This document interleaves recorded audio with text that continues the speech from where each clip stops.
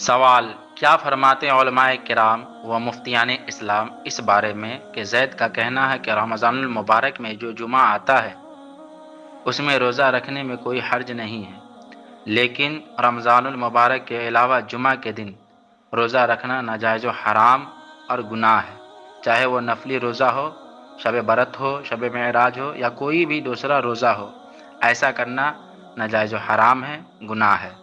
اور ان کی بات پر کئی افراد نے اپنی جانب سے مختلف مسجدوں میں اعلان بھی کرا دیا کہ رمضان کے علاوہ جمعہ کے دن روزہ رکھنا جائز نہیں ہے۔ اس کے برعکس بکر کا کہنا ہے کہ جمعہ کے دن روزہ رکھا جا سکتا ہے، اس میں کوئی حرج نہیں ہے۔ اب مفتی صاحب قبلہ سے گزارش ہے کہ اس ابھرتے ہوئے فتنے سے امت مسلمہ کو بچایا جائے اور قرآن و حدیث کی روشنی میں ہماری رہنمائی کریں کہ اصل بات کیا ہے، صحیح مسئلہ کیا ہے، زید کا بیان درست ہے یا بکر کا؟ العارض محمد عبداللہ بلرام پوری۔ الجواب بعون الملک الوہاب اللہم ہدایت الحق والصواب۔ زید کا یہ قول کہ رمضان کے علاوہ جمعہ کے دن روزہ رکھنا ناجائز و حرام ہے سراسر غلط اور خلاف شرع ہے۔ ایسا نظریہ علم و تحقیق سے لا علمی اور بے بنیاد دعوے پر مبنی ہے۔ یاد رہے کہ جمعہ کے دن نفلی روزہ رکھنا بذات خود منع نہیں ہے، بلکہ صرف جمعہ کا روزہ مخصوص کر کے رکھنا مکروہ ہے، جیسا کہ حدیث مبارکہ میں موجود ہے۔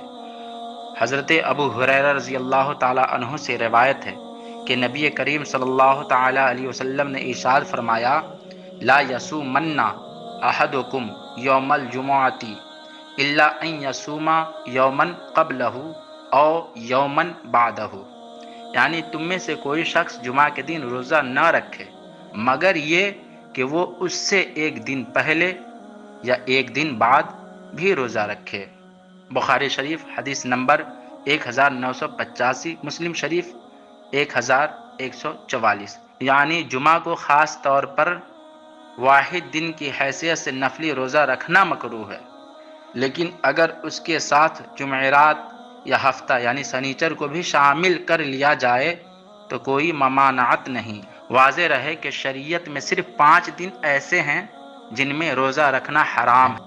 نمبر 1، عید الفطر یعنی یکم شوال المکرم۔ نمبر 2، عید الاضحیٰ یعنی 10 ذی الحجہ۔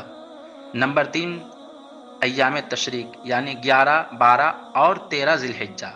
یہ حرمت صحیح احادیث سے ثابت ہے، جیسا کہ حضرت ابو سعید خدری رضی اللہ تعالی عنہ سے روایت ہے کہ نبی کریم صلی اللہ تعالی علیہ وسلم نے ارشاد فرمایا: نہى النبی صلی اللہ تعالی علیہ وسلم عن صیام یوم الفطر و یوم الاضحیٰ، یعنی نبی کریم صلی اللہ تعالی علیہ وسلم نے عید الفطر اور عید الاضحیٰ کے دن روزہ رکھنے سے منع فرمایا۔ بخاری شریف حدیث نمبر 1990، مسلم شریف 1137، 1141، سنن نسائی 4231۔